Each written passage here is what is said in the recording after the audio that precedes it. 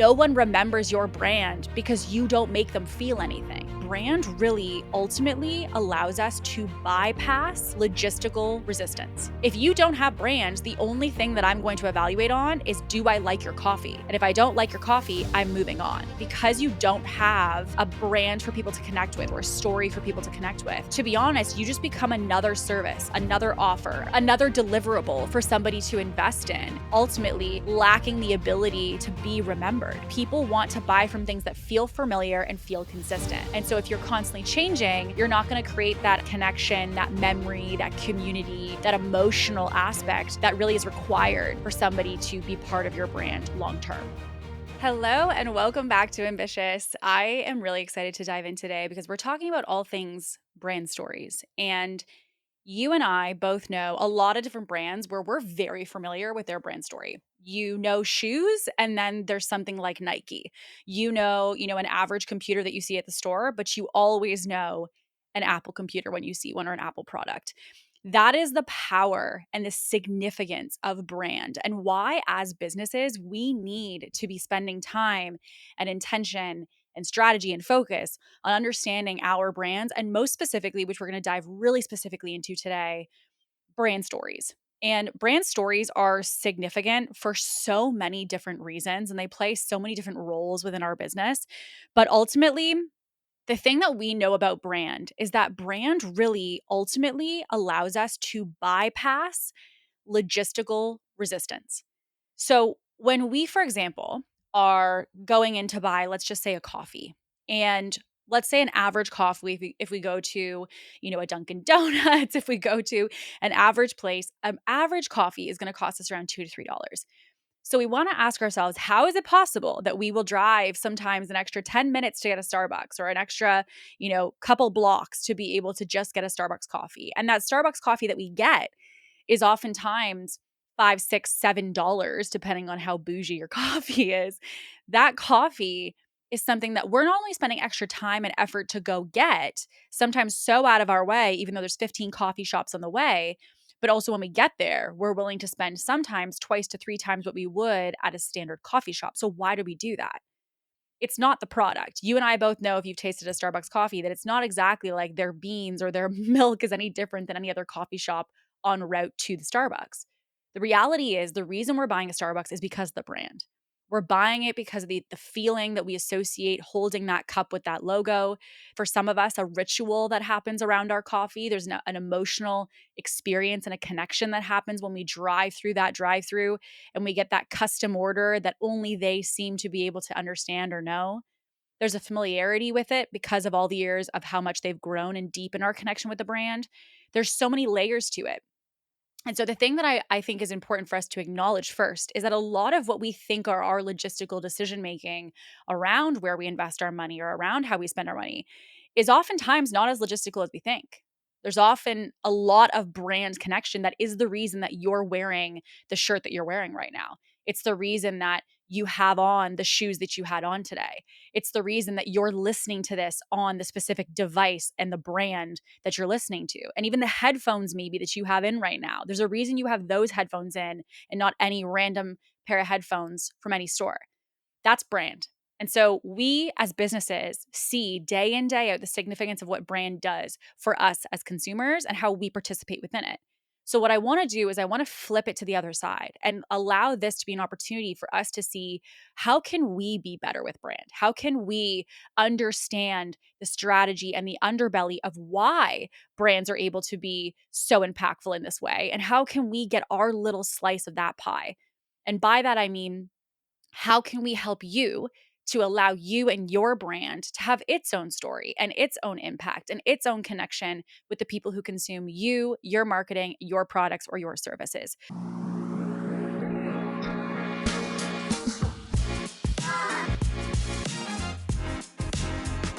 So, with this, I want to go a little bit into, the significance. You guys know that I'm a data nerd, and I am somebody who, the reason, by the way, I just want to give context of why I love data.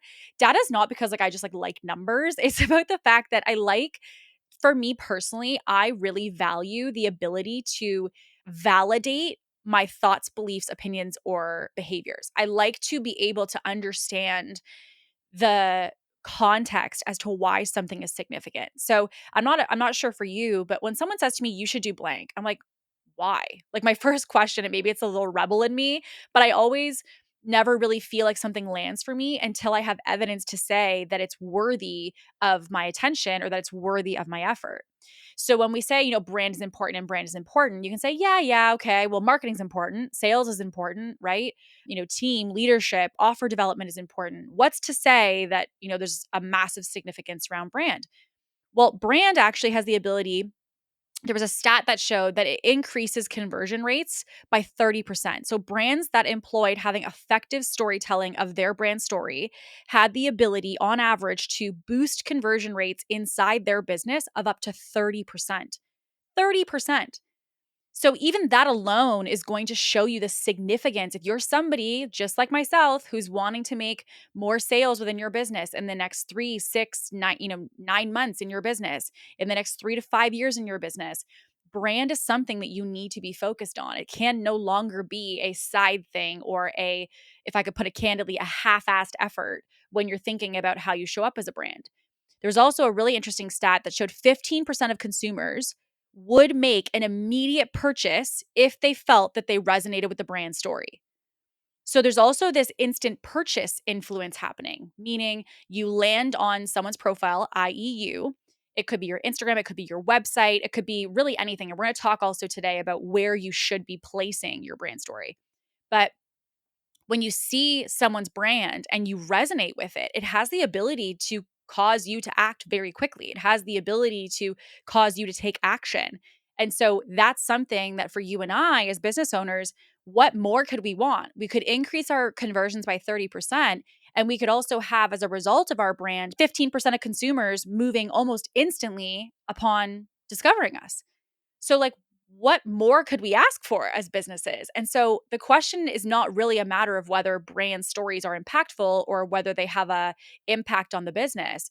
It's really a matter of, okay, great. Well, we know that that's to be true. There's stats to prove it. There's brands that we know and we connect with and that we purchase from every day. So that shows us how much brand really does have a power within our lives. But the question is, why are we not doing it? Why are we not integrating brand? And, if we don't, what are we losing? So let's just say you decided to move forward after today and you said, okay, I'm just going to keep doing what I'm doing. What does that really do to your business and to your current brand? And so I want to break down as well some things that I often see where people really have a disconnect when it comes to their brand and their brand story. So one is lacking by not having a brand story and not having it done effectively within your marketing, you really are lacking emotional connection. So really what happens is because you don't have a brand for people to connect with or a story for people to connect with, to be honest, you just become another service, another offer, another deliverable for somebody to invest in. And it no longer really becomes about anything other than, for example, to our earlier note, just the coffee. If you don't have brands, the only thing that I'm going to evaluate on is, do I like your coffee? And if I don't like your coffee, I'm moving on, right? Or if I'm going just based off of where's the closest coffee, I'm not looking at brand, which is the difference of whether I drive an extra 10 minutes to get yours versus the one that's en route. So without brand, I'm going to the closest coffee shop. I'm going to the only coffee shop that has the milk that I need, and that's it. It's very much moving it into the logistical bucket versus an emotional bucket of why we invest into certain people.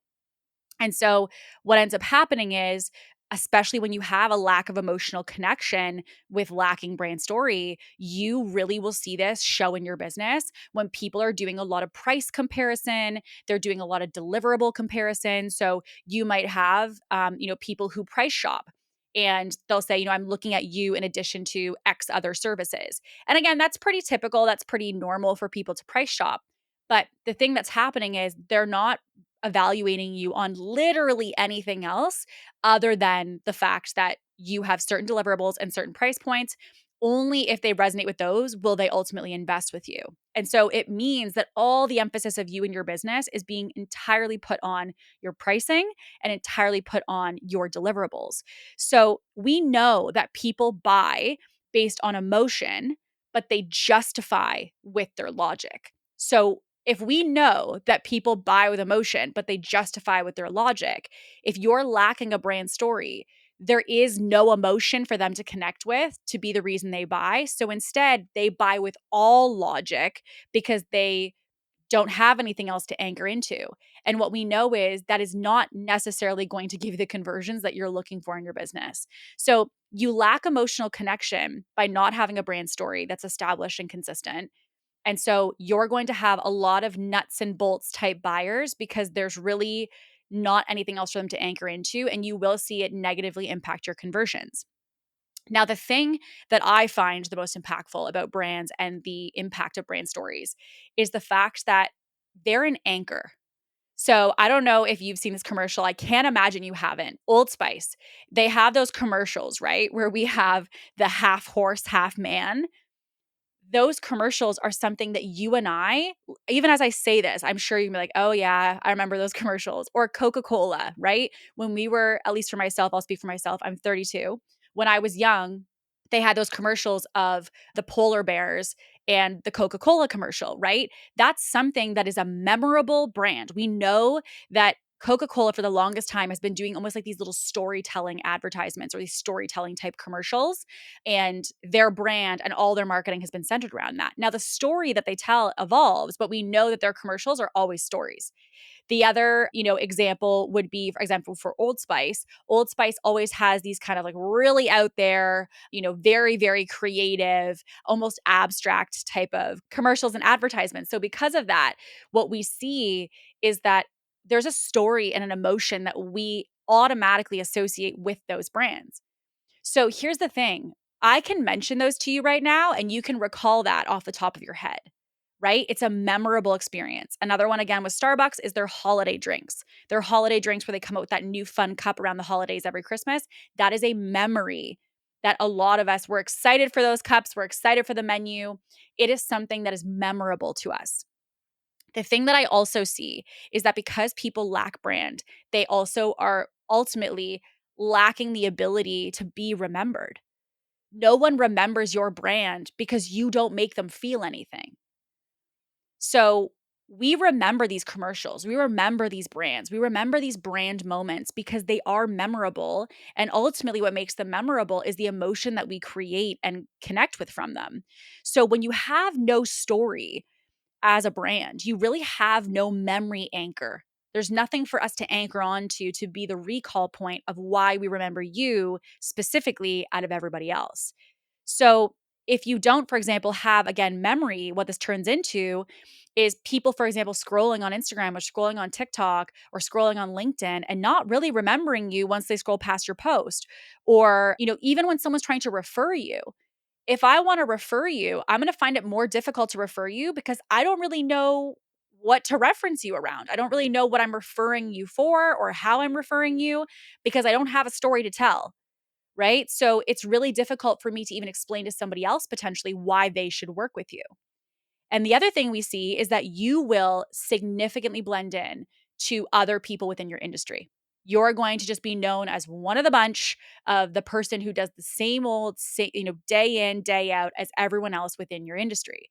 So again, there's really this lack of ability for you to stand out amongst the masses. And that's because you don't have a brand story presence. Now, as we kind of nodded to as well, this does correlate to sales. So there definitely is a correlation between not having a story and not being able to have the sales and the conversion rates that are possible for you and for your business. So you're going to feel like sales calls are feeling like they're over pitched, they're overselling. You're almost feeling like you have to sell yourself to somebody that you're getting on the phone with because they're not pre-sold on you before coming in. And what ends up happening is you're selling a lot of your features and your discounts. You're selling potentially, the type of deliverables they get when they work with you. You're selling the price points that you're at in comparison to your competitors. You're kind of always having to value stack and kind of position why specifically somebody should work with you because you don't have anything other than your offers to really lean on. And so this really does, as we see, infiltrate so many different areas of the business. And another area, which is huge, is marketing. And I see this a lot with clients around marketing and messaging.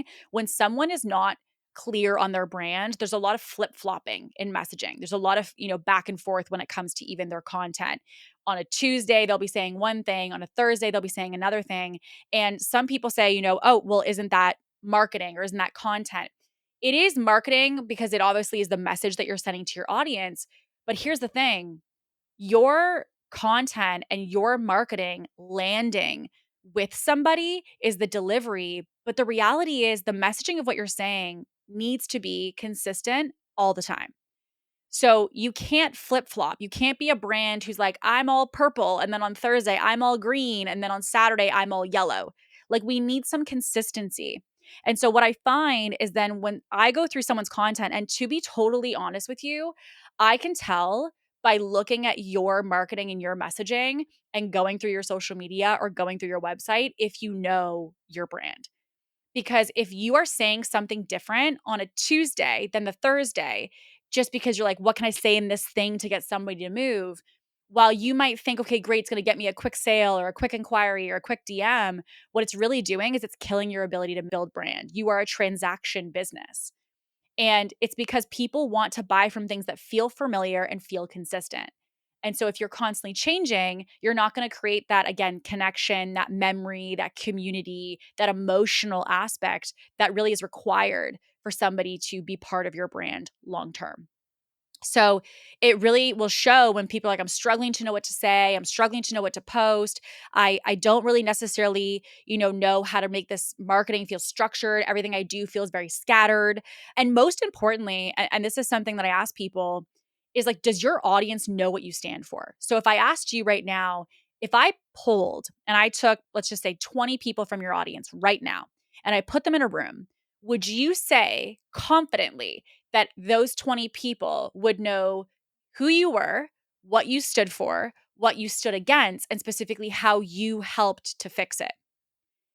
If those 20 people don't know who you are, what you stand for, what you're against, and how you would fix it, it means you don't have brand. It means you have transaction, you have marketing, you have conversion, you have, quick sale, quick transaction, quick DM from someone.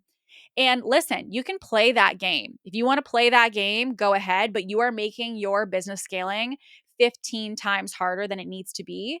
Because if you had brand, people will come to you and you will be a magnet for these people and these conversions and this marketing versus you having to constantly push and push and push for the sales that you need to continue to grow the business.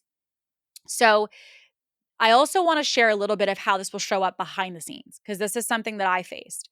And I'll share a little story around this as well. You will start to attract the wrong clients.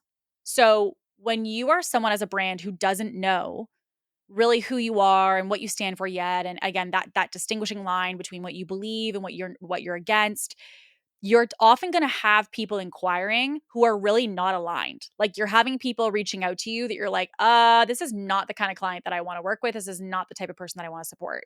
Or you'll have even clients who maybe they got through the sales process, they got through the inquiry process, but once they started working with you, you were like, okay, this person does not fit the values or like the kind of overview of the type of person that I love to support.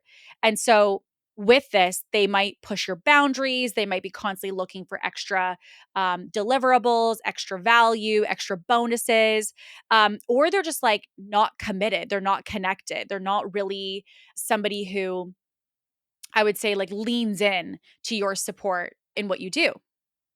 And so I actually had this, to be honest, within my business. So I actually, at the early stages of my business, have gone through a variety of variations and kind of like versions of Kate, if you will. Because when I first started my business, I was constantly what I would refer at that time to like bubblegum Kate. So I'm not somebody who, if you guys watch any of the podcasts, you'll notice that I'm often wearing gray, white, black, like neutrals. I wear those day in, day out. I am not a color person. Like you won't see any color in my home. Like anything that I own or do is neutral. And when I first started, I was like, okay, I want to connect my marketing with women. Granted, at the beginning of my business, I did not know anything about brand and I didn't know anything about marketing. I just was like, okay, we're going to post on social media and we're going to figure it out later. So I did exactly that. So I posted on social media. I started to get content out and it was what the influencers were doing at the time, to be honest with you. It was, big smiles and posing and, a lot of like color and dresses and movement and whatever. And again, there's nothing wrong with that, but it just wasn't me. So I was like, okay, this is not even who I am. Like this is literally an avatar. Like this is a character. It's not me. And so I knew that I couldn't maintain that because it was just not who I actually was. And I was trying to play a part in the belief that that would make me successful. So I was like, okay, back to the drawing board. I was like, I really want to outline who am I? So I started with that question, who am I? And I was like, okay, I'm neutrals. I love, getting dressed up. I love hair and makeup. So I wanted to share that on my socials. So I did. But the problem was I went way too far in the other direction. So I was still a character, but I was just a more Kate character than I was anything else. But it still wasn't really Kate. It was still Kate presenting as this character of what I believed was what I needed to be successful. So the tricky part became it brought success. So that character brand, that person that I was, it was very polished. It was super curated. It was not vulnerable at all. I almost kind of gave like luxury robot is how I would think about it. And it was very disconnected, if I could put it that way. And the hard part was it actually brought in a good amount of clients. Like it really did a good job in bringing in people. The problem was we would get people inquiring that were not the kind of person that I was. So if I could give a synopsis of like, okay, well, what's the difference? I would myself as well as every single person on my team is very heart-centered. We all have a little spice in us, but we're very sweet people. We all are very data and structure driven, strategy driven, but we also have this like soft spot to us where we love to be able to connect with people and be open and be vulnerable. And what I realized was that I was attracting people who were just hiring me based off the vibe that I was giving, meaning they were coming in being like, get me rich quick. How fast can you make me money in the next, can you make me a 7-figure business owner in the next 90 days? Which technically I have done with someone before, but that's not anything that I would ever usually market and like not something I would ever want to promise somebody, even though we have done it, which is super cool. And so I had all this marketing going out and I had these inquiries coming in. And our head of ops, Kelsey, we always joke about it because she has such a good radar for this. And so she was doing calls for the people that were inquiring. And she's like, Kate, I don't know about this one. And I was like, yeah, bring her in, bring her in. And every single person that she flagged for me that she was like, Kate, I think this person's going to be a problem, ended up being a problem. And so what it started to show was that the marketing was really bringing in unaligned people and it wasn't their fault. They were a certain kind of high ego, not nice, very money driven, kind of just very unaligned, to be honest. So not who I am that I realized it's not their fault. Like my marketing is the issue. My brand is the issue. My brand is the poster board of what I am telling my audience my values are. And at the time, my poster board of my values was not actually what my values were. It's what I believed my marketing and brand needed to be in order for my business to scale. And the hard part was it brought in people, but it brought in the wrong people. So there's also this fine line that very few people talk about in scaling businesses, which is the fact that there's a difference between getting sales versus getting the right sales. There's a difference between getting leads versus getting the right leads. I'll be really honest with you. I could sign a lot of unaligned clients if I wanted to, but I don't want those people in my world anymore. I don't want certain types of avatars or values within my world. And so because of that, I really am intentional about what I put in my brand because I only want to call in people and have a community of people that have similar values, which at the base of it is really heart and care and consideration and vulnerability, but also power and strength and work ethic and all of that combined.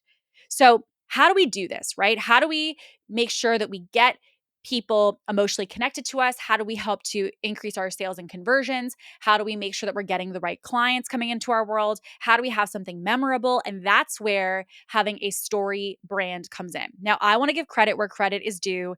What I'm about to unpack for you is something that has been really impactful for me. And that is Donald Miller's.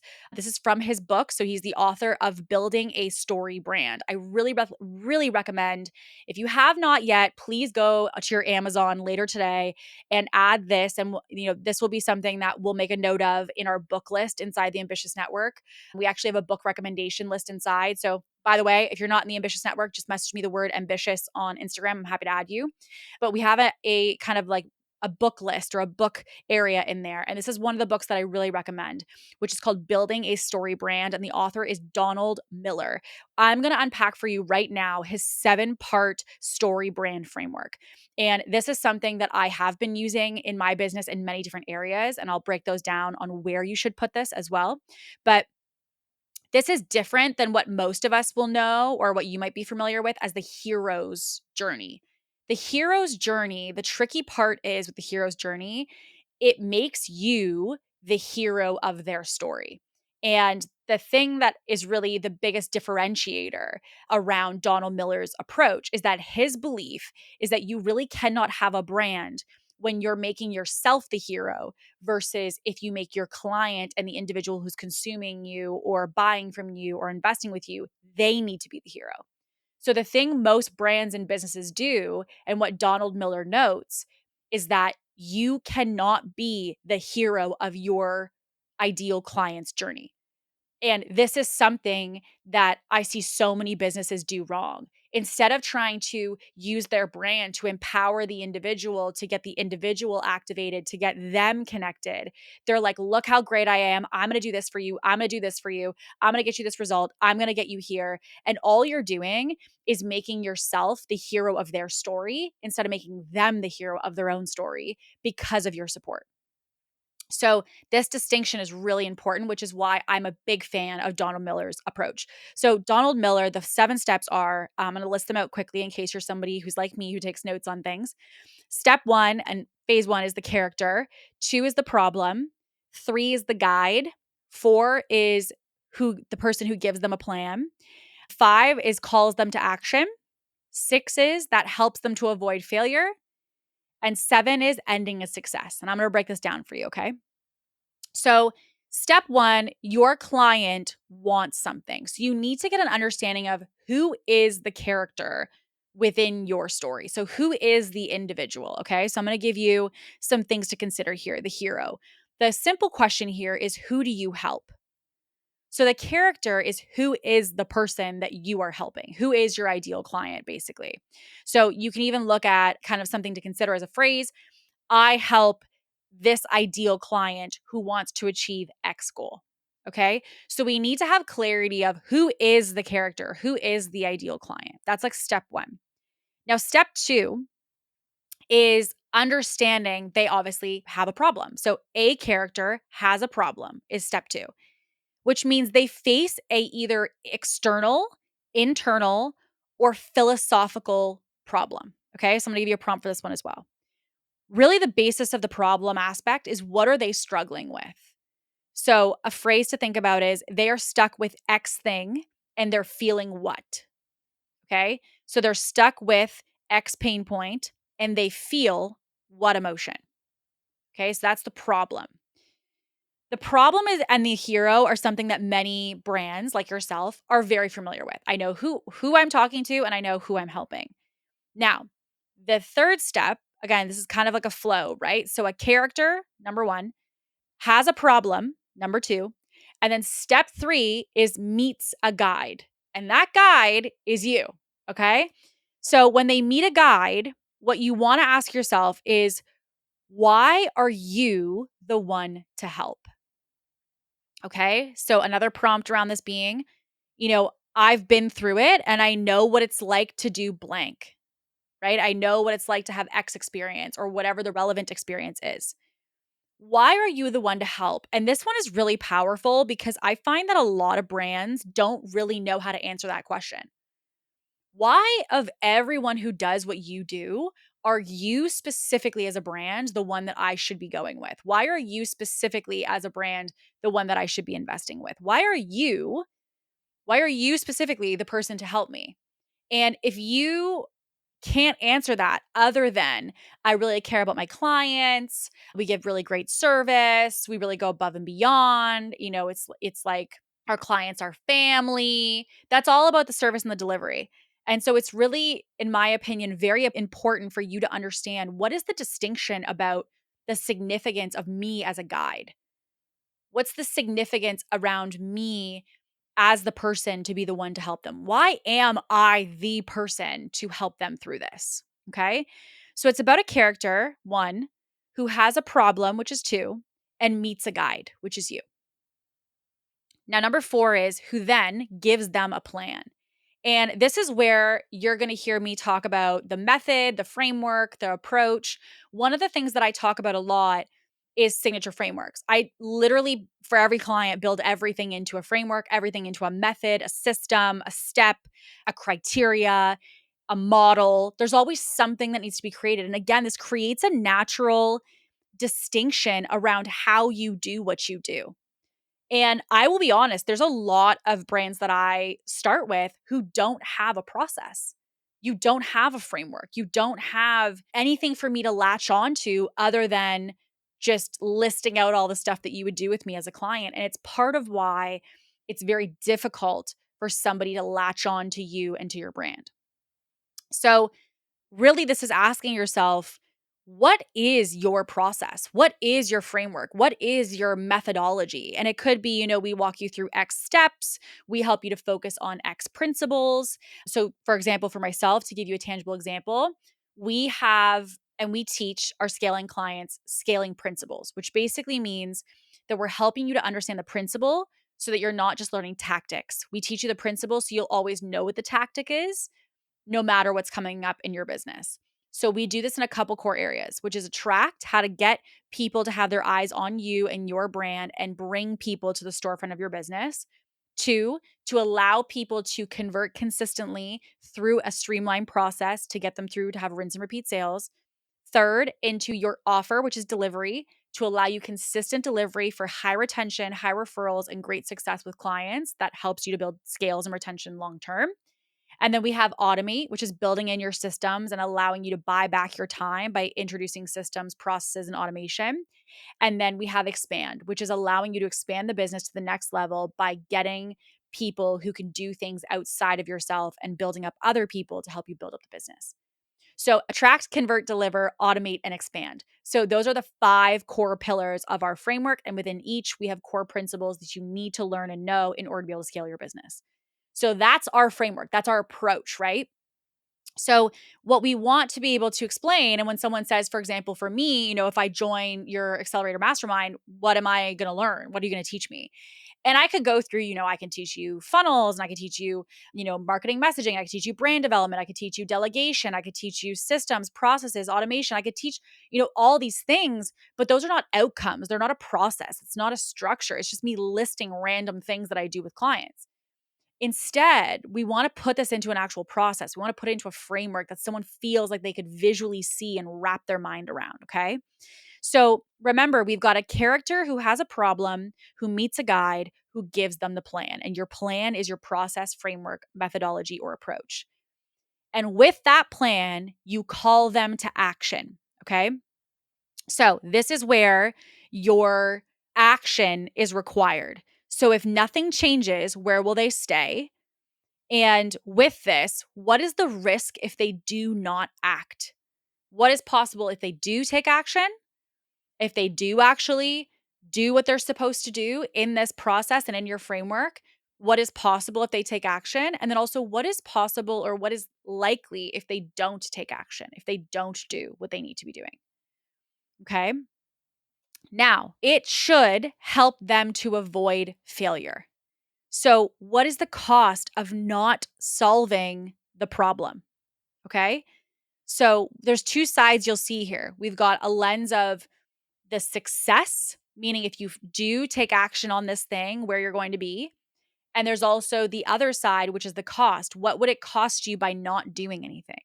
That's both those sides. And you'll hear me talk about a lot about this in marketing when I teach marketing. There's 2 things that people look at as the triggers of what caused them to move. There's impact, which is they move because they're so excited about the positive domino that is possible upon action. And then there's implication, which is what is the implication to the individual going to be if they don't do something? So there's always in marketing, there's 2 sides. There's the positive of what's possible and the negative if they do nothing. And so both of those are powerful in all marketing and also as a brand. There's 2 ways people are motivated, and it's not always by the dream and it's not always by pain, which is why we need to have both of those within every brand and in all messaging. And lastly, you need to have an actual call to action. So before, again, we talked about the fact that, we have obviously like this invitation, but we also want to say, okay, well, how do they get that? What do they do with you? What do they invest in? What do they take the next step in order to see that transformation? So when you do this, it really will prove to your audience that you understand deeply their problem because you've been there. You get it. You get what they're feeling, you get what they're thinking, you get what they're struggling with. It also shows that you have an intentional method, an intentional solution or framework that's going to help them to move past that and to overcome it. And most importantly, it's not saying that you're going to save them, it's saying you're going to guide them. And I think that that's the biggest distinction, in my opinion. The distinction is the fact that a good brand will allow themselves to be the guiding light, but they won't allow themselves to be the hero specifically. And I think that that's a very important distinction for all brands to master, because when you make yourself, again, the hero of someone's story, you're taking their power away from being the hero of their own journey. So I'm going to just kind of highlight them again really quickly. Again, Donald Miller's 7-part story brand framework is about a character, number one, who has a problem, number two, who meets a guide, number three, who 4 gives them a plan, who 5 calls them to action, who 6 helps them to avoid failure, and who 7 helps them to end in success. Okay? So those are the 7 parts. And again, this is something that if you are like, oh my gosh, I feel like I want to just like dive into this, I really, really recommend getting his book, Building a Story Brand. And also, as a little side note, because this is something that I always pass along to clients, I'm a big fan of when you feel like you want to, or someone makes a book recommendation to you, and you're like, I feel like I have this list of like 25 books that I want to read or that I could read, but I haven't had a lot of time to read necessarily. And so what I do is I will put the title of the book in and I will ask it to give me the Cole's notes, like the summary of the core talking points within that. And I ask it to pull forward any frameworks or structures or methods that are taught inside.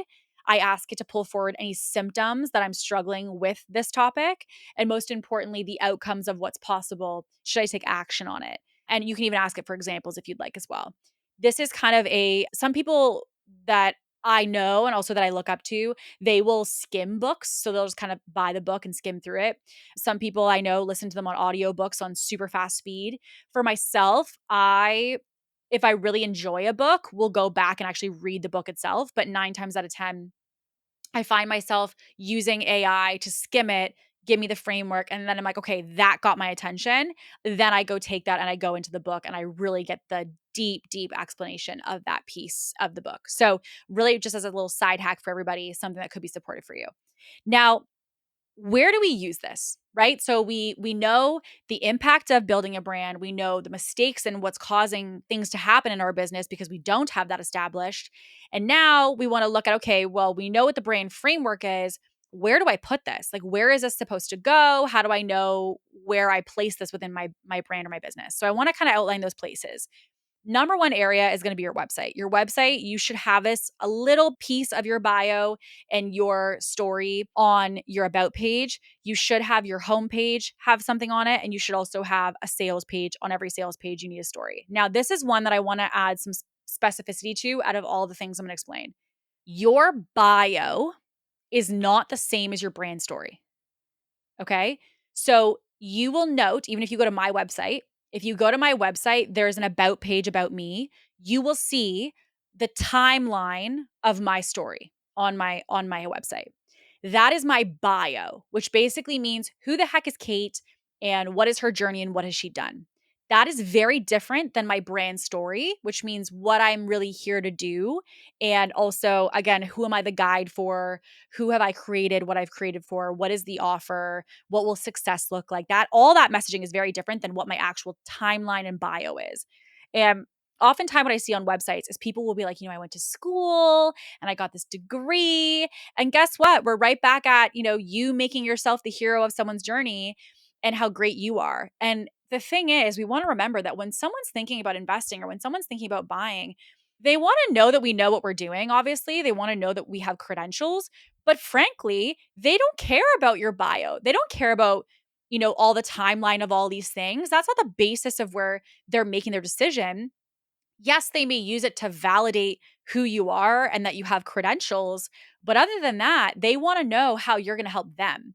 So, my recommendation is around the about page of a website, you should have both. You should have the overview of your credentials, meaning a quick summary of your timeline, but that alone is not enough. You need to also have a brand story, meaning how you specifically help people with X problem, with what kind of process to achieve what. Now, this is also really important on the homepage. I recommend people, again, not having your bio, but having your brand story on your homepage, a small little area that says go to the about page for more. And you also need this on sales pages. But here's the thing, you will notice that the brand story that you have changes for every sales page. So this is not a matter of like your bio being copy pasted on every sales page that you have. And I'll tell you why.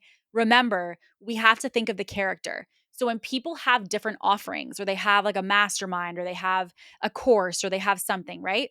If I have a program A that is super, super focused on speaking to beginners, and then I have program B that is really focused on speaking to scaling people, the characters are different. So if I just talk about, again, what's their problem? The problem with a beginner business is not the same as the problem with that of a scaling business. So it's important that we give context to the kind of person we're speaking to on the actual sales page. So what this means is you should have a revised, like a small edited brand story section to each of your sales pages, because that really is what's going to allow someone to see specifically how you would help them around that offer. Okay. Now, we know with the website, we need about page, we need homepage, we need sales page. We also want to look at social media. So you'll see, for example, on my highlights, I have a story there around my brand. You can also do reels around this. I do these probably once every 3 months at least, like a my story. And again, my story, it's not timeline, it's the actual story of the evolution based on this 7-part framework. And I also have this as an ongoing, piece of content that I really do in a lot of different forums. So, this is something that you can integrate in a lot of different pieces that you create. But even for me, I had a Power of the Pivot episode. It's one of our earlier parts of this podcast. And that was really talking about the journey.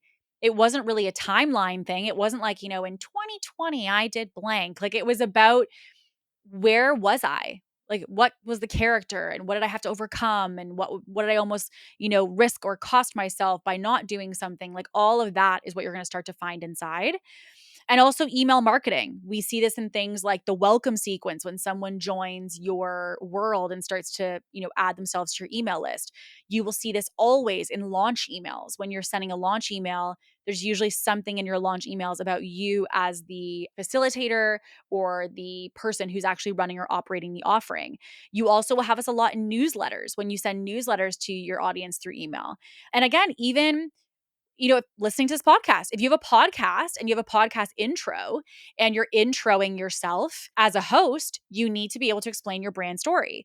If you are someone who's going on podcasts, if you are having the goal of being on podcasts as a guest, that is also something that you want to make sure that you have clarity around, which is how do you explain your story and use this 7-part framework to explain it without just being like, yeah, I was here and then I was here and then I did this. And it's all timeline. It's like these series of events is how people explain their story instead of actually explaining their brand through the story. Now, obviously, this is something you'll see even in sales. So if you're doing like discovery calls, kind of teaching and talking a little bit about yourself in your bio, this happens at live events. It also is infused into, so many different things that you do as well, into the names that you have of your offerings, of your brand, of things that you create. It goes into the visuals that you use. It goes into so many different things. So if after listening to this, you're feeling like, okay, I know listening to this, I need to start taking my brand more seriously and I need to put this brand story in more places. Here's my advice to you. I would personally take this 7-part framework. Again, whether you want to read the book or however you want to kind of go deeper into this, I would take this 7-part framework. And what I would do is I would have it provide you questions that allow you to unpack where you need to fill in each of the blanks. Okay.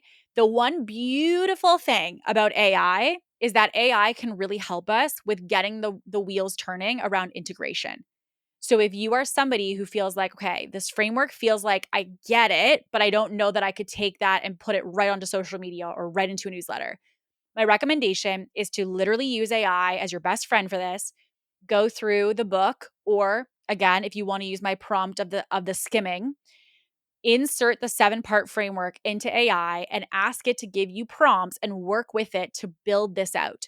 Once you have these 7 parts of your story, then what you will do is you will have that. Print it, write it, pin it, save it. And I want you to start getting in the reps of that. Get into the reps of saying it on a podcast. Get into the reps of saying it on a sales call. Put the reps in by doing so on social media. Putting in the reps of doing it over and over again is going to make it easier. When you're asked to quickly come up on stage at an event or someone invites you on a podcast, you won't always have your script of your, brand story there. This is something that my goal for you is, number one, to establish it, but number two, to live it, to breathe it. Because when you do, you are a walking billboard for your brand every single day. And so instead of it being this story you tell, it can actually start to become something you embody. And that's really the deepest level of brand, is when you're not really at this place where you're, trying to think of all these pieces and you're trying to, get all of the strategy present in a given moment. For me, the thing that I have found has been the most powerful thing around understanding brand and brand strategy is that when you understand brand and brand strategy, you will start to get clarity on you, who you are, and the underbelly of what you're creating. And when that happens, you can take that clarity and put that into everything that you touch, everything you create. It will start to become so second nature to you that it will become a lot less of an added effort the longer that you're in business. So now if someone asks me my story on a podcast, I can just riff it off versus outlining the timeline, right? I know this story arc. And because of that, I can kind of use this structure to be the basis of how I explain my story anywhere, anytime, in any moment. So that is what your homework is for you. I would love for you to dive into this framework, the 7-part series. And I also would love for you as an action to say, okay, I'm going to take this and I'm going to outline my story. I'm going to get really clear on who I am and how I want to communicate this in an intentional way that builds brand and doesn't just tell people my bio. Because we want to remember, having people know your bio is not the same as people having an understanding of your brand, who you are, what you stand for, and how you're going to help the person who's listening to you or consuming you. So I hope today was helpful for you. This, I know, was almost like a little brand story masterclass. So if you are somebody who's like, I'm inspired, but I'm a teensy bit overwhelmed, my recommendation to you is go back to this. Go back through this, go to the framework, sit with this, go to ChatGPT, get the wheels turning. This is not a one and done. This is you taking the commitment to say, I am deciding that I'm not just going to be another bio on Instagram. I'm not just going to be another biography on an about page. I want to build a brand. I want to build a Starbucks. I want to build a Nike. I want to build something that people remember, something that people are excited by, and something that people can't wait to consume, something that they have an emotional connection with. And that is 1,000% possible for you, but it starts here. It starts with putting these pieces into action. So hope that today was helpful for you. And I cannot wait to see you on the next episode. And as always, stay ambitious.